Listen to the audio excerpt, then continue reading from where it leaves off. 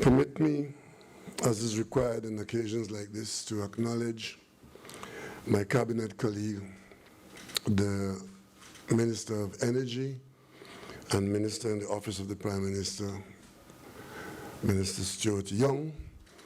My other cabinet colleague is here with me, Haji Kazim Hussein, who is the Minister of Agriculture.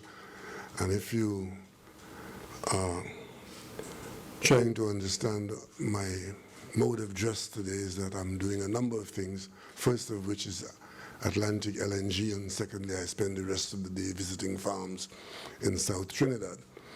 And I end up in the Brian Lara Stadium tonight. So I'm covering the bases of all the hours. But I must acknowledge Mr. Ian Welsh, Chairman of Atlantic, Mr. Ron Adams, outgoing Chief Executive Officer of Atlantic, Mr. Jean-André Celestin, the incoming CEO of Atlantic, Mr. Kennedy Richards, the Member of Parliament for this district of Point Fortin, His Worship the Mayor Clyde James of the Borough of Point Fortin, our hard-working Permanent Secretary in the Ministry of Energy, Mrs. Penelope Bradshaw-Niles, and her Deputy Permanent Secretary, Ms. Sandra Fraser, Mr. David Campbell, President of BPTT Trinidad and Tobago, Mr. Adam Lomas, Senior Vice President and Country Chair of Shell, Dr. Joseph Ismail Khan, Group Chairman of National Gas Company of Trinidad and Tobago, Mr. Edmund Subran, President Acting of National Gas Company Trinidad and Tobago, and Mr. Dominic Rampersad, he's the President of Phoenix Park Gas Processing Limited, PPGPR. Ladies and gentlemen, all members of the media, today ought to be acknowledged as a very special day for the people of Trinidad and Tobago and the people who are shareholders and beneficiaries of this company, this business called Atlantic LNG, located in Point Fortin in Trinidad and Tobago.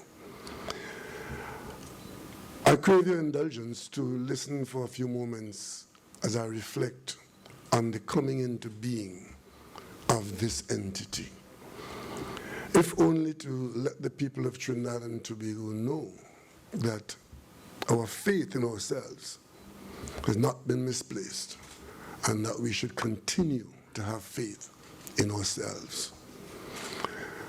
I was there in the Manning government of the period 1991 to 1995. And if you may recall, we were facing then an IMF situation. And that was the period in treating with that IMF possibility and the cloudy future of economic growth in Trinidad and Tobago, that the question arose, what do we do for the future to try and maintain the standard of living and the gains that we have made as a country, being known as one of the more successful countries in the Caribbean, and facing a fairly cloudy future. And I think, if my memory serves me right, that Mr. Patrick Manning then held the portfolio also of Minister of Finance. And he had a very clear picture of the revenue challenges of Trinidad and Tobago, not of that day only, but of the near, medium, and distant term. And the question of whether goes Trinidad and Tobago into an economic future arose and formed the basis of a lot of discussions around small tables of the cabinet. And it is there that the quiet, patriotic Professor Ken Julian held out to the government of Trinidad and Tobago that we had a future, but that future can only be accelerated if we work to put gas into the international market, monetize more of the gas that we knew that we had. And the cabinet set out to accept that advice. But as you know, the government is a supporter. in many of these situations and rely very heavily on the cooperation of the private sector. So we had to talk to Amoco. BP Amoco then was the big dog in Trinidad and Tobago. And Amoco would not hear of our stupidity of wanting to create an LNG exporting business in Trinidad and Tobago. And I distinctly recall being called into the Prime Minister's office and met Prime Minister Patrick Manning fairly down because Amoco wouldn't listen. And we agreed that he should go to Amoco head office and talk to Amoco in their lair, to those who make the decision. Go to Chicago and talk to them as the government of Trinidad and Tobago, talking to the head of the shareholders of Amoco. And he did that. And he came back beaming that Amoco wouldn't listen. But Amoco made one move then and said, well, if others are interested, we might be interested. And a little later on, BG came into the picture. And someone who I should thank today, Martin Houston from BG, said to us quietly, it's doable. Maybe we could do it. And the energy of that conversation, that little kernel of positivity, created in the government of Trinidad and Tobago a stride that caused us to want to commit to an Atlantic train 1. And that is where this business began. By 1995, as you may recall, the government changed in 1995, but by 1995, we were poised to export our first train, our first cargo. But the creation of the industry had its birth in that period, 1991 to 1995. And Train 1 was as far as we could look. And it's important for you to know that, because when you look at the shareholding, you would see in Train 1, the government only had a 10% shareholding. Putting your toe in the water. Because there was still in some quarters that this experiment was going to be an expensive failure. And in the hydrocarbon business, given the limited resource base of Trinidad and Tobago and its limited revenue stream, the government can't afford huge investments with huge risks that could, in fact, turn into huge losses. So the government usually is very cautious. So 10% in Train 1, the other 90% were with other investors. But very quickly, as the cargoes began to go out, smiles began to appear on the faces of all those who were involved. And Trains 2 came into view, Trains 3 came into view, but no shareholding in Train 2 and Train 3 for the people of Trinidad and Tobago. And then we realized that we were too cautious in Train 1. We should have had more confidence in ourselves. And of course, we learned our lesson. Come Train 4, we got 11% in Train 4. So you had this strange structure of a business with a government shareholding of 10% in Train 1, 11% in Train 4, and nothing in Trains 2 and 3. As the volume of gas began to become reduced, both in practice and in vision, we knew that we were vulnerable. Because those who had shareholding in Trains 2 and Trains 3 at 100% had an interest in a reduced gas production environment to have Train 1 out of the picture. Because the model then could have been Train 1 with a little bit, Train 2 with a little bit, Train 4. But the bottom line is, the business doesn't have to run like that. So, of course, there were moves to get Train 1 out of the picture so that Trains 2 and 3 can survive, but we had no shareholding in that. So the government had no interest in that model, where Trains 2 and 3 survive and Train 1 shut down. So even as the gas volume dictated the closure of Train 1, eventually, the government of Trinidad and Tobago had an interest in keeping Train 1 physically and negotiatingly on the table, so that we remained on the table to discuss the future of Trains 2, 3, and 4. And that is what many people in this country, especially our detractors, couldn't understand. We had to keep our place on the table, and the ownership in Train 1 kept us on the table. But what do we do on the table?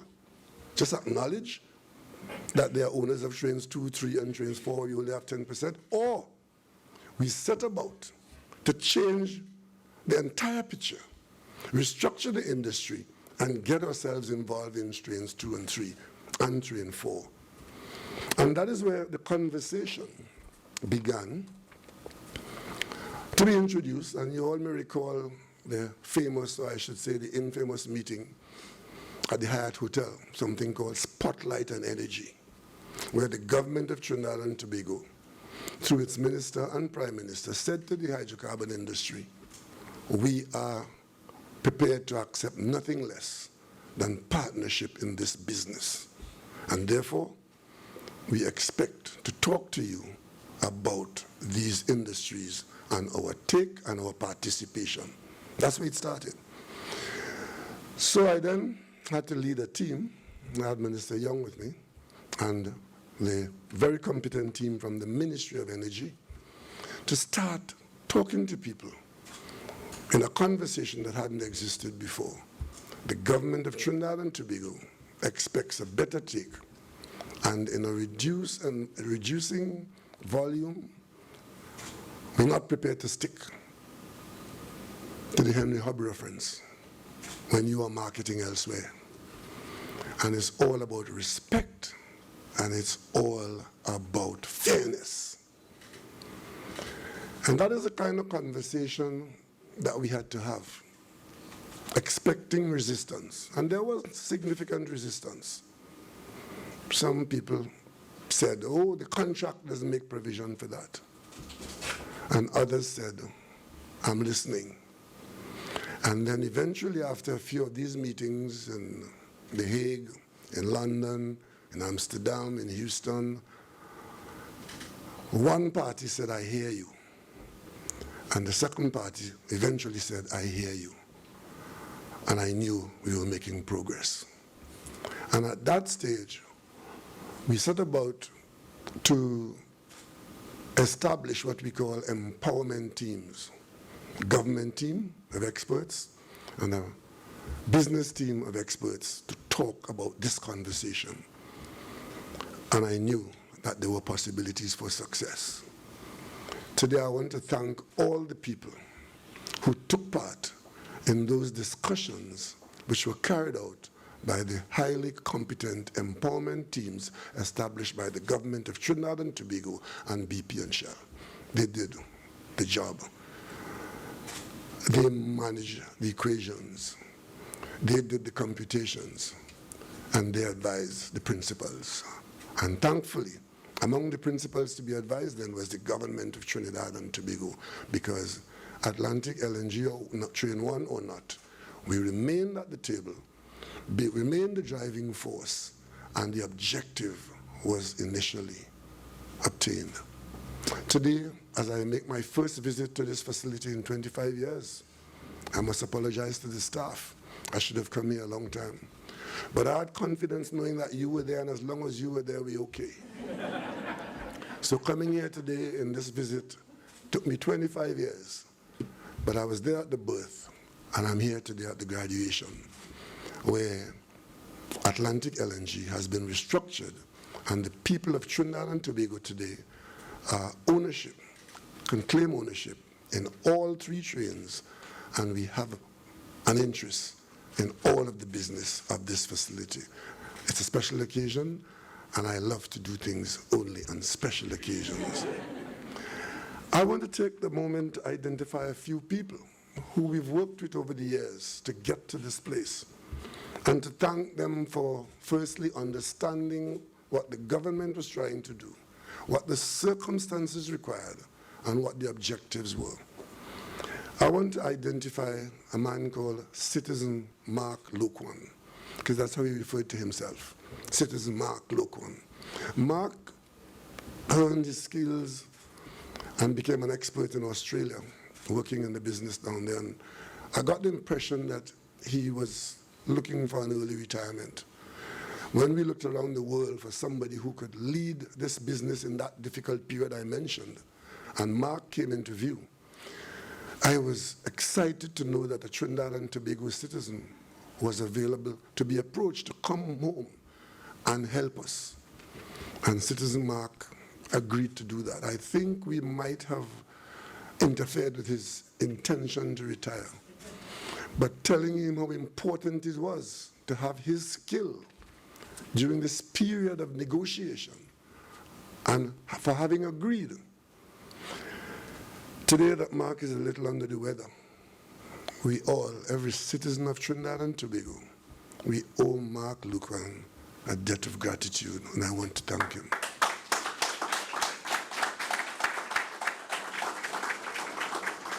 And if his family accuse us of pushing him too hard and in some way contributing to him being under the weather as he is now, we have no choice but to plead guilty. Mark was a tower of strength in all our negotiations, backstopping us along the way or leading us in ways, identifying pathways which we can penetrate.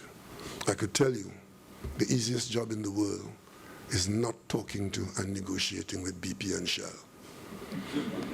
But thankfully, as Professor Julian indicated, the possibilities, we met some people at Shell, and I want to identify a couple of them, a few of them, to thank them for their professionalism in listening to us and, in the end, cooperating with us. I speak specifically at Shell of Martin Wessler. Martin is no longer at Shell, but he's somewhere else. But at the time, Martin was leading Shell's conversations. And Martin was the first person who had said to us, I understand and I hear you. And Martin had a team with him here in Trinidad and Tobago, one of my colleagues in geology, Derek Hudson. Derek was very helpful in carrying our conversation, even though he worked for Shell. I think we owe him. And there was also the man who spent all his breakfast time on the breakfast shed looking for smoked herring and bake. Anders Ekval, who was the number cruncher for all of us. Anders passes through now and then, he still finds his way into the breakfast shed. And Delary Venter, who has since moved on from Shell. That was the Shell team that we worked with. And at BP, I want to thank Bernard Looney and his team then, and William Lynn, who had been extremely professional, helpful, and empathetic for the predicament of Trinidad and Tobago. And I'm glad William is still at BP because we still got some unfinished business, because BP is still our big dog. And of course, the new teams at Shell and BP, who you're familiar with here now, David and Adam. I want to thank the Permanent Secretary and her professional team here in Trinidad and Tobago. One particular person, Selwyn Lashley, who retired during this period and stayed on, and I think former PS Jupiter. We have in our population enough people who could have formed a core of professional experience to be able to have carried out these negotiations with BP and Shell. And today, if we are in a position here to celebrate the restructuring of this business, which is to come into being on the 1st of October, we have to be grateful for the professional way in which this was done. Not a single contract was broken. And I hear there were some strong words from Minister Young to some people. I was not there. I did not authorize that. But I think the outcome was to all our benefit. And ladies and gentlemen, it was not just negotiating in air-conditioned boardrooms. It was crossing the border, because as we look at how pivotal this business had become in the economy of Trinidad and Tobago, it could only have been on our horizon when we look at what is to happen to us going forward, especially when you look at the numbers. Because we were consuming, at one time, 4.2 billion scuffs gas per day. This business is an eater of natural gas. 24/7. At the end of the year, you would have used up a significant amount of the geological reserve. None of it is being made as new in the wells that we have drilled. We have to keep looking for new areas to puncture new formations and find new gas, and we are finding less and less. There has not been a major gas find or oil find in this country for many, many years, but the consumption had been accelerating up to 4.2 BCF. A few years ago, when the government changed and we came in and had responsibility for the country's future, we were just in the order of 3.1 BCF. Today, I think the last figure I got was 2.6. So 4.2 down to 2.6. Whether you like it or not, that is the reality. So in that projection, that trajectory, the government had to look to see how can we maintain our business, especially at a time when the conversation is that we and others like us should get out of the business so that the world's climate can be cleaned up. And that discussion reached the point where, by the COP meeting in Glasgow, in Edinburgh, Glasgow actually, we had to go there to stand in front of the world and state our position, because we were in fact, and we are in fact, a world player in this business. And Trinidad and Tobago's voice had to be, as long as there's a market, while we're cooperating with climate change mitigation methods and working towards renewables, as long as there's a market for hydrocarbons, we will be in that market. And if we end up selling the last barrel of oil or the last scuff of gas, so be it. But to talk about supporting a policy where banks should not fund oil companies or gas companies, that is not going to be our position. That is for others to say. We are too dependent on these products to follow those kinds of policies and programs. Developed countries have developed their countries on the back of many things, not the least of which is the exploitation of hydrocarbons. Those developed countries that clear down their forests can tell you now that you must not pick up a leaf anywhere. Good, you could say that. But we have a responsibility to the people of Trinidad and Tobago. And the voice of Trinidad and Tobago, Guyana and Suriname on this subject is the same. Who God bless. With hydrocarbons, no man curse, especially after you've used up yours. We took very careful note. We took very careful note of those who are advising us not to look for a future in hydrocarbon. But as soon as the Nord Stream gas was disrupted, people were running to burn more brown coal in Germany.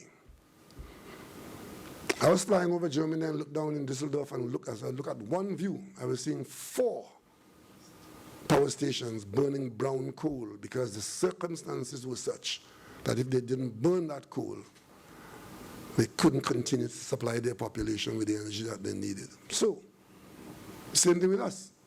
If we don't extract our gas, what are we going to say to our people? That somebody else who's living well says don't do it? The bottom line is we went to the meeting in Qatar, the gas meeting in Qatar, and we took the same position. The projection is that, according even to the most pessimistic, that we'd be using the gas market until 2050. We believe that it will go a little further than that, but if the market's going to last until 2050, we have no choice but to be in there and try to sell as much as gas in 2050. But we're still a very small player in the world.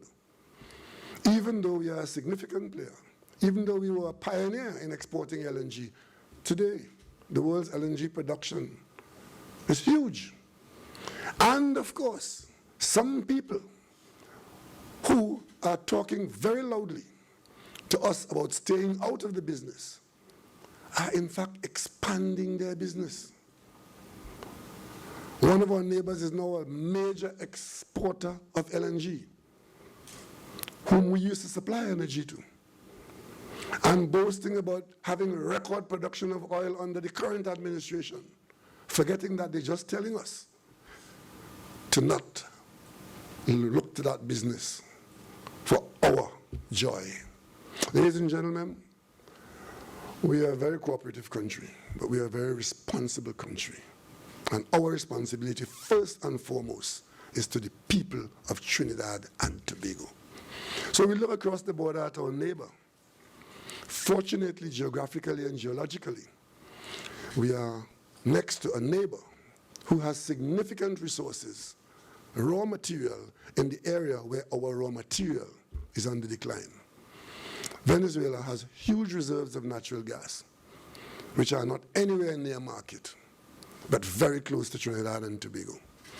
But because we have the infrastructure to handle natural gas, it puts us in a position to create the business of processing and marketing natural gas from Venezuela going to the international LNG market. And that is what Trinidad and Tobago embarked upon, talking to the Venezuelans in the period 2016 to 2022, and successfully getting the Venezuelans to agree. One, to allow us to have interest in one of their gas fields, and two, to bring to market our portion of a gas field that straddles the border between Trinidad and Tobago and Venezuela. And if you want to understand how important that is, it was about 17 years that we have been trying through a unitization process, which is the normal process for handling that kind of situation where the border penetrates a gas field or an oil field, that you do it after unitization. For 17 years, we've made no progress in bringing Manatee gas to Trinidad. Fortunately, we eventually got Venezuelan agreement to have an operator extract Trinidad and Tobago's 27% in Manatee, in the Loran Manatee field. That work is far advanced now, and it holds out for us the prospect of bringing gas here, at least to maintain the levels at which we are now. Because if we don't add new gas to the mix coming in, we're not only talking about decline, but even holding our production where we are now, we need a strong stream of gas coming in to maintain the levels at which we are now. Manatee does that for us. And of course, Minister Young will tell you quietly, if you talk to him, that the conversations about Loran, which is 73%, on that very same field, to use the same infrastructure that brings forward the Manatee portion, that discussion is well advanced. And that model that we've used on Loran Manatee, the smaller field of Coquina Manikin, that now has very quickly come into view, given opportunity for BP. I was talking to the head of BP recently, who was smilingly telling me that he worked in Venezuela a few days ago. His ships was in Venezuela a few days and weeks ago, and it's a long time since BP had been in Venezuela. I think everybody's happy about that.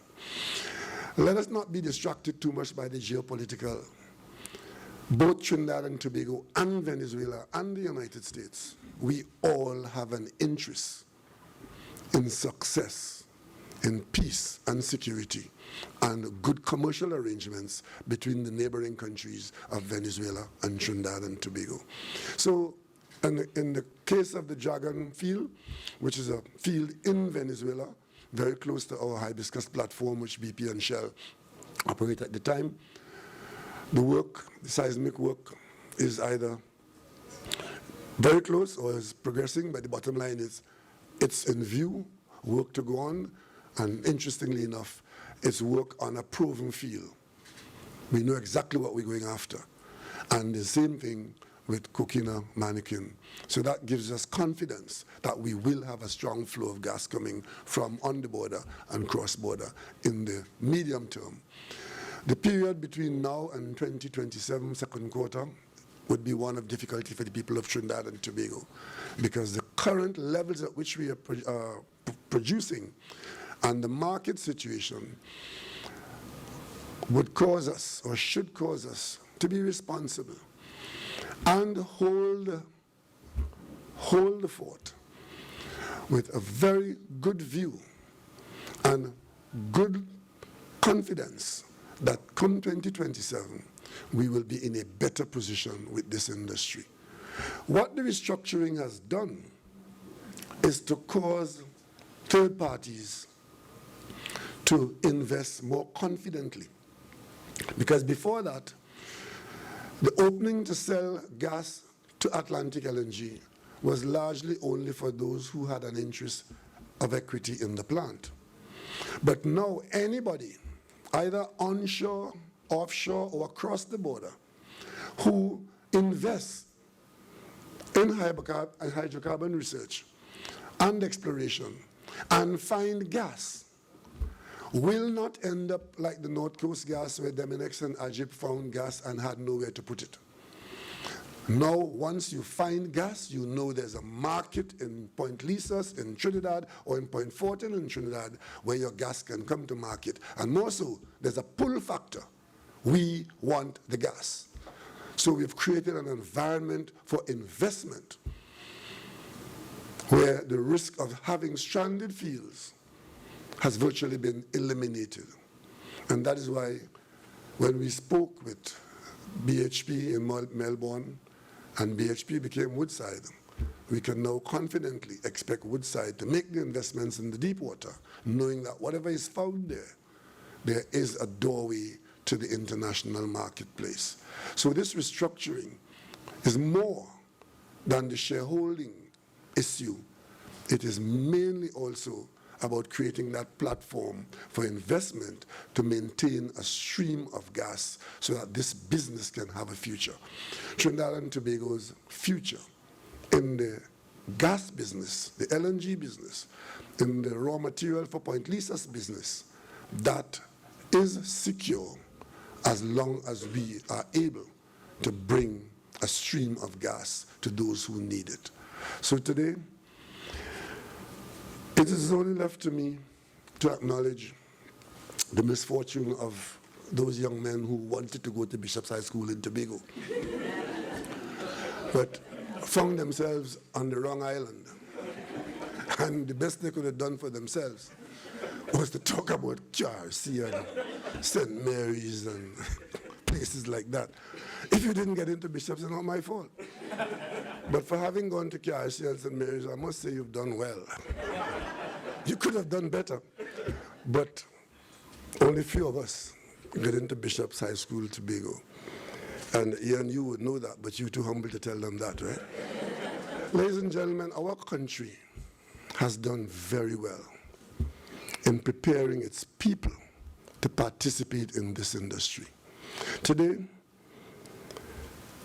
we can say to investors, we can say to those who are in the business here, that you can virtually walk on the street in this country and pick up who you need to run your plants, because we have so many young people who are highly qualified, motivated, and are enthusiastic in playing their role in this industry. And they don't only look at our local component. Many of them are playing significant roles outside of Trinidad and Tobago, having cut their teeth here in Trinidad and Tobago. So we have a mentorship program in the Ministry of Energy where the human capital was being degraded for quite some time. And we started to do something about that. When about 4 years ago, I asked a permanent secretary who had just retired to go out and look for our scholars who have gone abroad in particular and have got themselves qualified with first-class honors degree, and bring them into a mentorship program. On that occasion, the first cohort, we had 35 young people who had come from MIT, University of London, Imperial College, having done extremely well. We brought them into the Ministry of Energy, and I understand that they've done very well. Some of them have already gone on to other areas, but we strengthened the ministry, and I expect that the second cohort is on the way. And I want to thank the permanent secretary and those in the ministry who are absorbing these young people, giving them the opportunity to develop, knowing that our future is in their hands. Those of us who are close to retirement want to know that when we walk away, that what we left behind is in the hands of people who have been well trained and who are ready to take that responsibility. So I want to thank all of you who've played any role whatsoever in the creation of this industry, because we started this from scratch in the face of significant resistance and doubt. And today, it is the backbone of the economy and the revenue stream of all the people of Trinidad and Tobago. I call that success. And all we can say to you is thank you, and may God bless you with great safety and continued success for all the people of Trinidad and Tobago. I thank you.